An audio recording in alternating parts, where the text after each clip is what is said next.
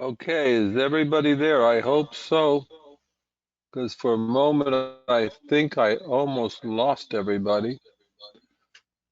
Okay, so if you just give me a little hint, and it's simple, on the right-hand side of your screen, there's a little arrow that should be pointing inwards.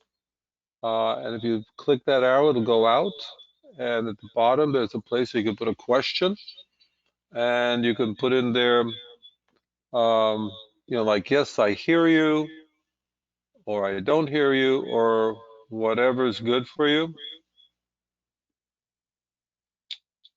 Let's see. So could anybody just give me a yes right there?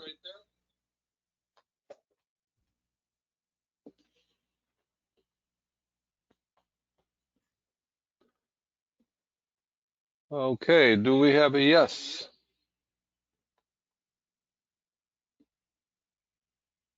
One second, let me go back over here. Okay, well, we're going to start, and I hope everything's working okay for everybody. And here we go. So the objective of this seminar is basically to go over some marketing concepts with the goal of helping you or friends of yours jumpstart your business once this COVID-19 crisis is over. How long will that crisis last? We don't know.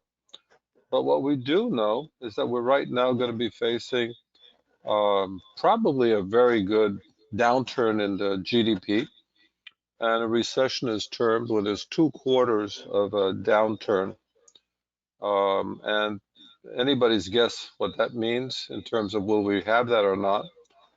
But probably, unfortunately, we are facing a bit of a recession. So when things start finally moving around, that we're all able to leave our homes and go out and do things, eventually we'll be able to work. So let's see what happens. Okay, now then, let me start on the webinar itself. The first thing I want to do is introduce myself. My name's Robert Bull. I was born in Venezuela, so I have this little Venezuelan flag. And I'm what I call myself, and I am an international executive. I've worked in these 3 companies for quite a long time. I worked in Procter & Gamble all over Latin America. I worked in Warner Lambert, which is Adams gums, and they have Schick razor blades and other companies, other things. Unfortunately, today, Warner Lambert does not exist anymore because it's being sold and split up and chopped into little pieces. And the last company I worked with is RJ Reynolds, and I've worked with them in many different countries of the world, including Latin America and Japan and former Soviet Union, etc. I'm a graduate of the University of Miami, and today I am an adjunct professor at University of Miami, and I also teach at Miami-Dade Junior College. However, right now, all my teaching activity is suspended for reasons that we all know. This is my gang, my family, my wife and my kids and their significant others. And here I am a few years ago getting a recognition by the current DIP president at the time, Linda Singer at the Rotary Club, something called Above All or Above Self. So let's get into what is marketing. First of all, marketing in some ways is an exchange. What are we exchanging? Well, we're exchanging money for goods. You go and you buy yourself a Gatorade or you buy something that's tangible, whatever. Money for services. We can talk about buying music series. We could talk about buying insurance. You could talk about buying something on Facebook. Because really, what are you buying? You're buying something through the internet. Probably one of the best services, and I don't mean to belittle it or exchange it, but if you look at the churches, boy, you go into church, you give money, and look at the size of the churches. So that's a big business as well. Very productive business, does a lot of things good. And there's something we call goods and services for goods and services. What do I mean by that? Well, essentially, what I'm trying to refer to in that is the word barter. Barter exists in many different places, even to the degree of going to get your hair done in exchange for something. So when you do something, it's something exchanged, there's an exchange of it. So when we look, here's a little chart that I know seems very confusing, But if you look at this chart, there's just some pieces within the chart, and it kind of tries to show the flow of information, the flow of the product or of the service, and the flow of money. And in the middle, I'm just showing something that says factory. There's that blue mark. And factories get raw materials. They sell them to wholesalers, that sell them to retailers, that sell them to consumers. So that's what little black line is going there. Factories also give information. If you're making, say, Gatorade, you want to advertise to the consumer, you want to communicate with retailer and also your producers, and you also want to get information. So all this flow is going on. And parallel to this significant flow of products, you've got agents, brokers, services like advertising agencies, promotions. How about hairdressers who cut the hair of consumers? I mean, all these things are interrelated, so there's a huge, huge flow. So where do you lie in that? You'll have to decide where you fit within this process, okay? Based on the kind of product you're dealing with, the kind of service you're dealing with, the kind of activity you're dealing with to the consumer. So let's get into the what I call the 4 Ps of marketing. And many of you may have heard about them before. The first P is one that we're going to call product. Product is what we're selling. It could be a product, a physical product. It can be an intangible product, okay? We got price. You know, somehow it's going to exchange that product for a price. And now we're going to be expensive or cheap. And then we're going to have promotion.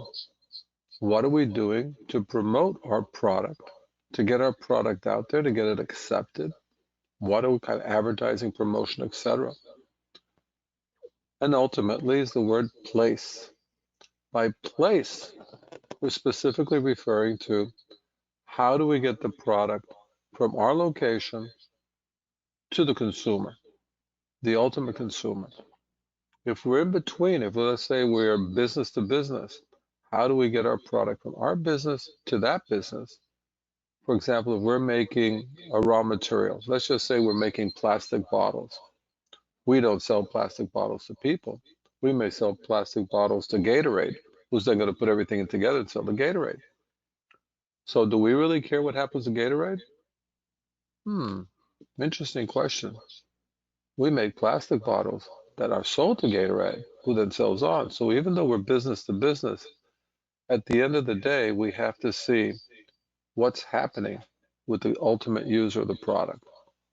So let's go over these variables a little bit. And these are the 4 Ps of marketing, the 4 basic things that we can manipulate, touch, adjust in some way. So we'll go into clear definition. Products, they're goods, services, or even ideas that satisfy the targeted consumer's needs. When we talk about ideas, where would ideas come in? Well, guess what? Do lawyers sell ideas? Do advertising agencies sell ideas? Does a promotions company sell ideas? How about public relations companies? All these things sell ideas. Do political parties sell ideas? This year we're going to have elections. And essentially you're going to have 2 choices. It's either going to be Mr. Biden or Mr. Trump. They're selling an idea. How do you decide which one are you going to invest in and how they sell their idea? Okay. Then we got to talk about the next one we'll call the place. Basically, we have to be sure that our product is there in a ready, convenient, and timely availability of our product. What do I mean by that? I want to go back to Gatorade. If I walk into my nearby convenience store and I want an orange flavor Gatorade and there isn't one, what am I going to do? Well, I can buy another product, which means it was out of stock and I may choose something else, or I can get in my car and go somewhere else. Or I can just not consume anything and just forget it, just go home. So the product, the distribution, how do we make sure that that product is there on a timely available basis is very important. Let's move on to the next P, pricing. These are the decisions and the actions that we're going to establish the pricing objectives and our pricing policy. Do we want to be super cheap? Do we want to have discounts? I was just looking, believe it or not, at Publix offers. They have buy one, get one free. Is that a pricing? Of course it is. You get the half price. You can look at the exact same product in different locations, and the exact same product in different locations can have different prices. And when you're competing against somebody, sometimes price is very important. Sometimes it isn't. We'll get into that in a while.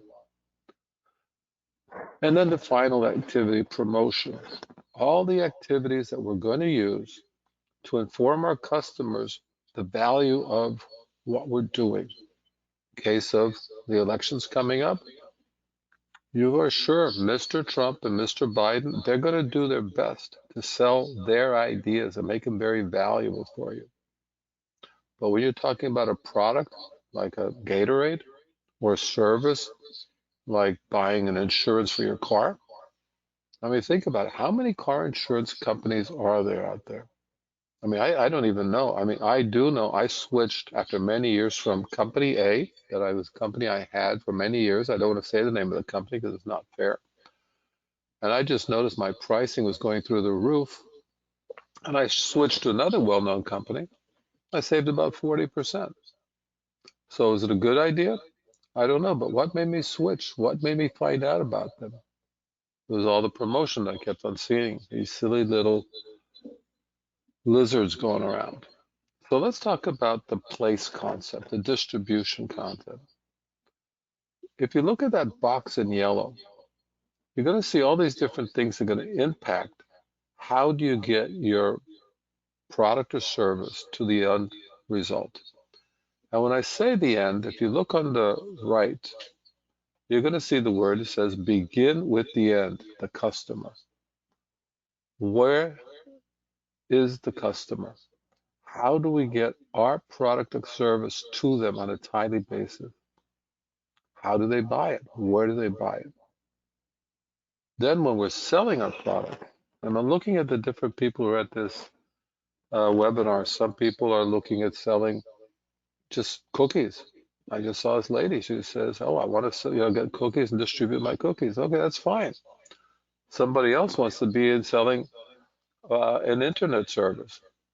That's also fine. Well, the question is, along the way, who are you going to sell? Are you going to sell direct to every single consumer?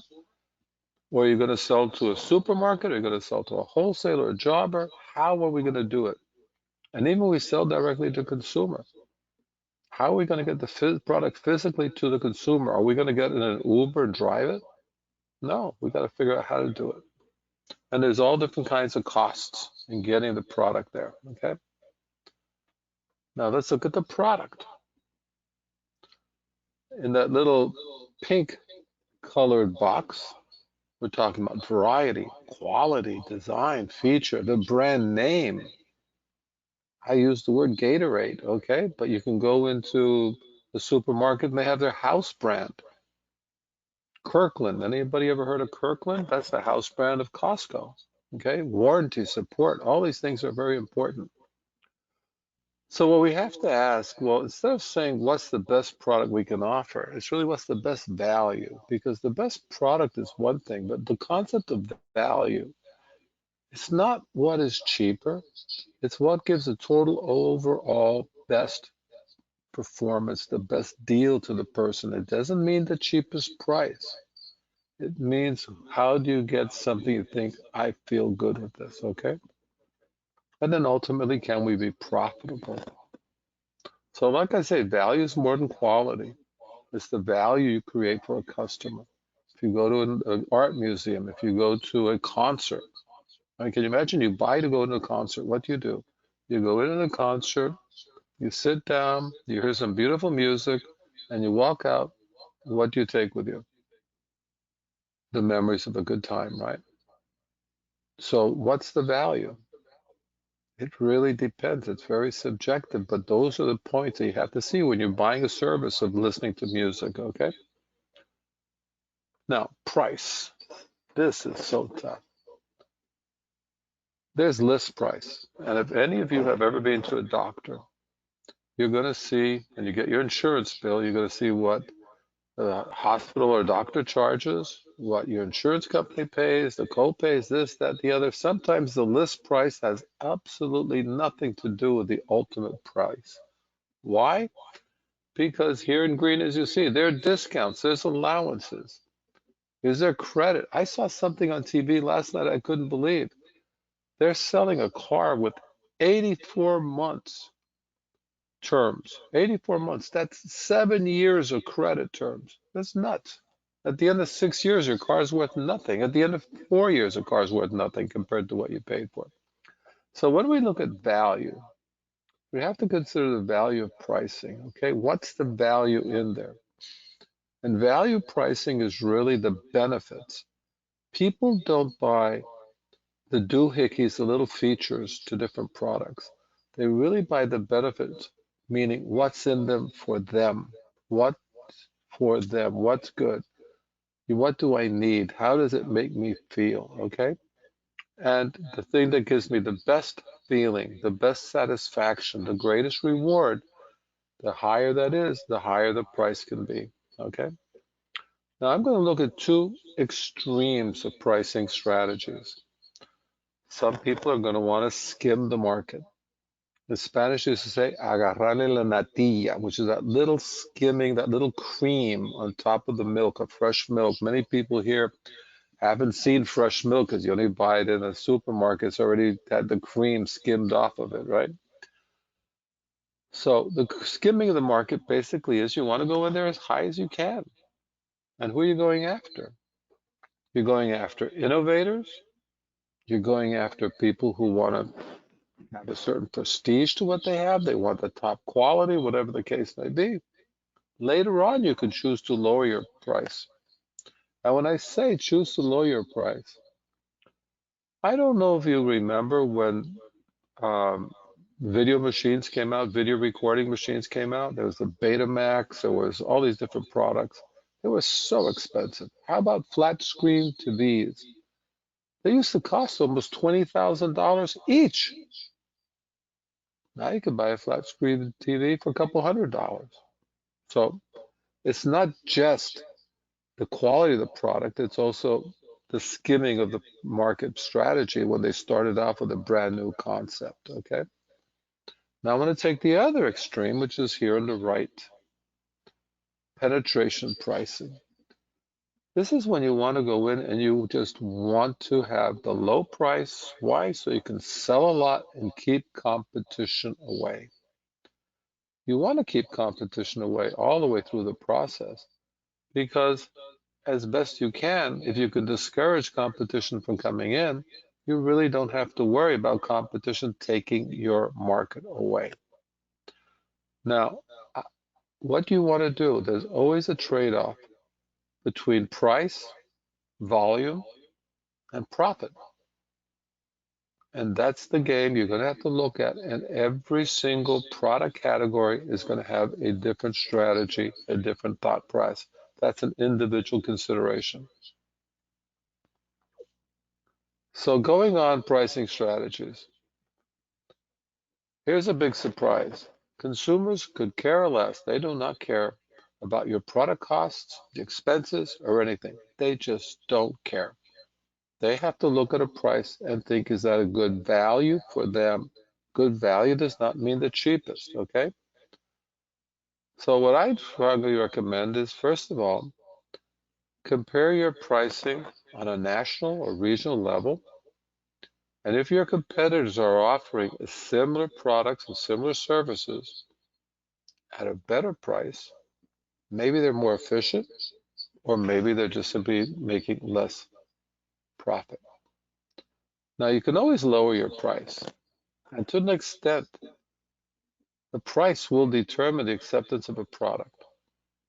If it's very, very cheap, people may think it's an inferior quality. I don't know if you remember the Yugo. The Yugo was a car made in Yugoslavia. It was a very, very cheap car. And sometimes the wheels fell off, and that's the perception people had. Or it could be very, very expensive. like the Maserati, for example, or a Cadillac, like Cadillac, let's say a Rolls Royce. If you price too expensive, well, you know it may happen. You may not be able to sell enough. Okay, now let's talk about promotion and communication. What goes into promotion? It's all those things in that gray box. The advertising you're going to use, personal selling, sales promotion, public relations, your message, the media, your budget, all these things. And we have to consider what goes through the consumer's mind. The consumer has to become aware, get interest, desire, and action. So how do we get a consumer who does not know your brand, your product, like the lady who told me she wants to make cookies? Okay, you're going to call it Susan's Cookies? Maybe, why not? But does anybody know you exist? So you have to go from a point that nobody even knows you exist to the moment that they buy your product. And for that, we got to figure out what's our media mix going to be. Are we going to use TV and radio? Well, could be we cannot afford TV at the beginning. Maybe we can. Do we use print media? I don't know today. Billboards. Do we have a website? Well, there's thousands and thousands of websites. I don't know if people go out there and look for websites, but there's tons of them. Do we use Facebook or Twitter or blogs? All that social media, which frankly is extremely cheap today. For a couple dollars, you can hit easy 2,000 people. You can target your social media by zip code. So if you want to sell, like this lady, and make it very simple, if she wants to sell cookies in south part of Miami, she can try a zip code of in Coral Gables, Pinecrest, Kendall. She doesn't have to worry about people up in Broward County. Just want to go up there to sell a couple cookies, okay? You can try direct sales. There's a company very well known that you see these pink Cadillacs going around, Mary Kay Cosmetics. Can you buy Mary Kay at a supermarket? No. Can you buy Mary Kay at a department store? Nope. You can only buy it from a Mary Kay distributor, which is basically a salesperson, okay? So we got to look at that in our budget. But whatever we're going to communicate, we have to look at our message. Is our message unique? Is it providing value? What is the positioning? What is positioning? I'm going to get into that in a moment, but positioning really is, what do I stand for as a brand, let's say like Susan's Cookies, as compared to competition? So let's just say Susan's Cookies wants to make these really good chocolate chip cookies, and she's going to be up against Nabisco with their chocolate chip cookies. What would make them different? Well, first of all, Susan's Cookies could be fresher. They're made right here in Miami. Yeah, you have to see, okay? And what kind of message am I going to have? So moving along, let's look at the responsibilities that you'd have if you're conducting a marketing campaign, what you want to try and do. First of all, we got to look at the positioning. How do we stack up against competition? Are we newer? Are we better? Are we fresher? Are we bigger? Are we faster? What are we compared to competition? Are we for very wealthy people? Are we for the average person? Are we for young people? Are we for old people? Are we for men, for women? Whatever the case may be, okay? What's our investment plan? Our goals and our profitability. And then we have to look at our tactics. Do I have a superior product? I don't have to have a superior product if my product is really cheap. Have you ever been to the dollar store? There's all kinds of brands in there I've never even heard of. They're cheap. Okay, so that tells us, how do we want to stack up? And that has to do with the positioning. Okay, what's my point of difference? What makes me unique? Procter & Gamble calls it your unique selling point. Why would somebody choose your product over the next product? You know, when you go buy rice, is there a difference in rice? Well, yeah, there's Mahatma rice, there's all the different rice brands. So what makes them different? You know, gasoline, is a big difference between Shell gas and Exxon gas? I don't think so, but there may be. Awareness. If people don't know you exist, you don't exist. So how do you build awareness? If I was to ask each of you who are participating and listening to this webinar, mention a brand of a beer. Just think of one right now. Okay? Everybody's going to have different brands in their mind. Some people may say Heineken, some people may say Schlitz, some people may say Pabst Blue Ribbon. But generally, the first brand that comes to your mind, that would be the brand that you usually use or the brand that you are most aware of. So when you're going to go buy something, you'll probably buy the product that you're most aware of. Now, the other key point moving down this trip is the word trial and purchase. Have you ever heard the term, try it, you like it? Well, if you can't get somebody to try your product, they're never going to buy it. If you go to Costco on a normal day, there's tons of people offering you to try all these products. Why? Because they want to try it, they want to taste it. I have been offered $100 to go try a Cadillac. I've been offered $100 to go try a Jaguar, $100 to go try an Audi. Why would somebody tell me, come test drive this car? I'm going to give you a $100 gift card. All I got to do is go to the collection right here in Coral Gables, and they're going to give me a $100 gift card after I test drive a Jaguar. Why would they do that? Well, if I go there and I try it, maybe I'll buy it. Maybe I won't. But let's say 20 people go and try it. 20 times 100 is $2,000, right? 20 people got $100, 2,000 bucks. What does a Jaguar cost? 78,000. Is it worthwhile to spend $2,000 to get somebody to spend $78,000? I'm sure they've done the math and they have that figured out. So the trial will lead to purchase. Very often the new products, what their key challenge is, get people to try it. Try it, you'll like it. Okay? And then we have to look, what are our resources? How much money do we have to spend? Right now, with the advent of social media that we're all so accustomed to it, we're so accustomed, it's everywhere. It's on your phone, wherever, your computers, it makes no difference. That has reduced and leveled the playing field. Because this lady wants to sell cookies. How much does she need to spend to let people within her target group, where she wants to target her sales, how much does she need to spend on Facebook and internet and different areas to really get out? Not much. Okay? Now, if you really want to get going and you want to be national, obviously it takes a lot more money, a greater budget. So what are the key elements in this strategy? Number one, I used the word target before. We need to see what geographic area do we want to be in? Do I want to be in just Miami? I want to be in Florida, Southeast United States, the whole United States, the whole world? What do I want to be in? Demographic. Do I want older people or younger people? How about in Miami? Do I want Anglos or do I want Latinos?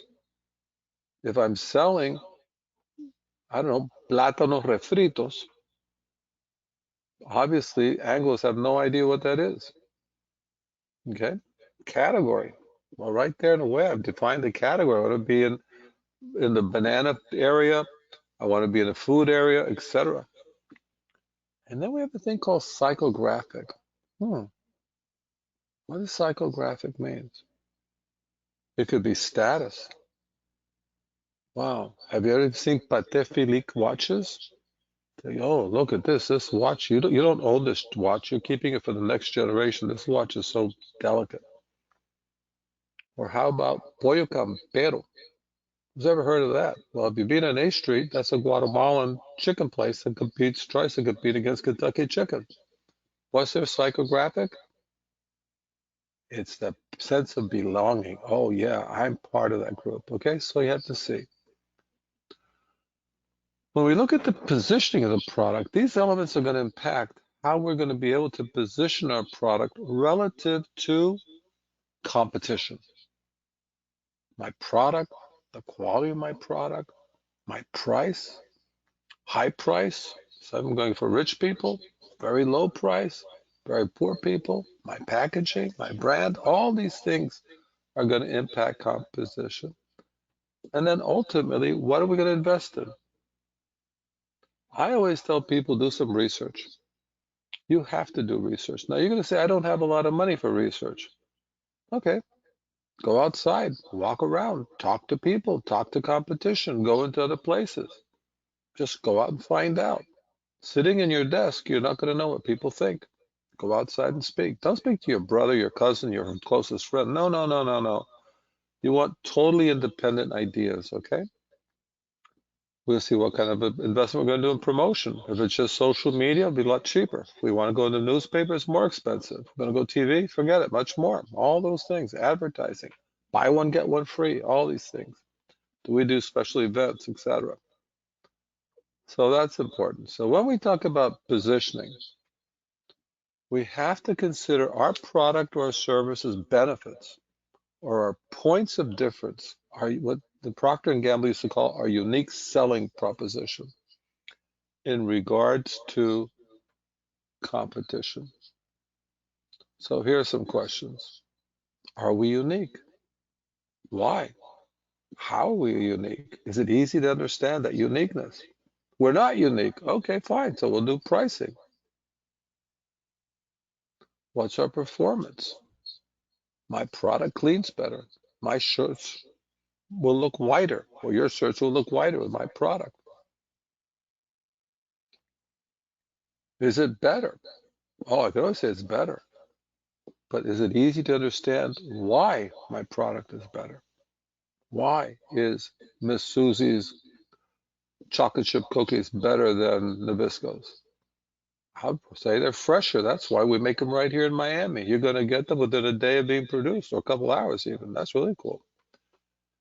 Is it cheaper or less expensive? I prefer the word less expensive. Saying cheaper, cheap doesn't sound too cool to me. It sounds cheap. Okay? And how much cheaper? Is it really relevant? And finally, is there a psychological appeal? One thing I find in Miami, a lot of nostalgia appeal. I say nostalgia in the sense that Argentinians remember Argentina very well. Venezuelans remember their place. You have places in Doral, places in Weston that have products that they really are trying for that nostalgia appeal. That's a psychological appeal. Snob appeal, a good mother appeal, modern appeal, a millennial appeal, whatever the case may be. All these kinds, the macho appeal, the metrosexual appeal. How do you want to position your product? We can have very similar products that address different people. Okay. So one of the questions I like to ask is, who's going to buy the product? Because the objective is to influence the consumer, but who is the consumer? Okay. And I always remember when I lived in Brazil, my wife Stephanie used to take our kids to the supermarket. And she'd put the little kid in the shopping cart, the little area for kids, walk around. The kid would see the candy. Say, oh, I want the candy, I want the candy. So Stephanie would buy him the candy, give it to him. And when she got to the cashier, she'd be rung up. She'd give him a credit card. So here we have three different people. We got the buyer, Stephanie, she bought it. We got the payer. I paid for it because the credit card come to my account. And we have the user, the kid. Is the same consumer the same person? Sometimes all three are the same. Sometimes they're three different people. If you're selling very sophisticated computer processes, you're probably going to go to the technology people, the company. but the person who's going to pay will be finance, and the person buying may be purchasing. You have three separate groups of people that you have to deal with. And ultimately, the user is the most important person, but if the buyer says no, or the payer says no, it doesn't happen. So let's talk about the purchasing decision. And I want you to remember this lovely lady who I met in Brazil, and her name was Aida, or Ada, but in Brazil you say Aida. Okay? And the first word or letter in Aida is A, for attention or awareness. We want to go, hello, hello, hello, I'm here, attention. Once we got the consumer's attention, we have to see, are they interested or not interested in what we're offering? If they're interested, they'll buy it. Maybe they won't, because they got to compare it to their desire. Do they really want it? Okay, so you want attention, interest, desire, and then bango, action. Okay, action, they put their hand in their pocket, they take out their credit card, they take out their money, and they buy it. If you can remember AIDA, attention, interest, desire, action, that's what you're going after in the consumer's mind. That's what you're going after in your customer's mind. Attention, interest, desire, action. From a little bit more professional point of view, we want to get awareness. People have to know we exist. And they'll have a perception. They'll believe it's good. They won't believe it's good. They'll believe that cookie's tasty. They say, oh, I really don't like chocolate chips. Whatever the perception is. If the perception is good compared to the desire, that cookie smells really good. Or that bread, can you imagine? You go to buy a bakery, you can smell that lovely bread being baked, whatever. And they have an attitude. No, I'm going to diet, can't do it. Or you're going to say, the heck with it. I'd love to have that. And then bingo, behavior. They're going to make up their mind and do something. So that's where we are right now so far for today. And what we're going to do now, unfortunately, because I said I was going to take about 35 minutes more or less, and we've been there right now. So first of all, I want to thank you so much for attending this webinar. We're going to continue. We'll have our next webinar this Wednesday, excuse me, same time, same place. A video of what we talked about today will go out tomorrow, okay? And if you have any questions, just email me. There's my email address, rbull.miamirotary@gmail.com. Or you can go on Facebook, just look for me in rbull, or you can go to the website, the Facebook page, which is www.facebook.com/Vespa Financial, and that'll take you to my page as well. Okay, so I want to thank everybody for participating in this event. I really appreciate all your time, and I'm looking forward to seeing you again at our next program. So thank you ever so much, and we're now going to say goodbye, and thank you for attending this program. Thank you.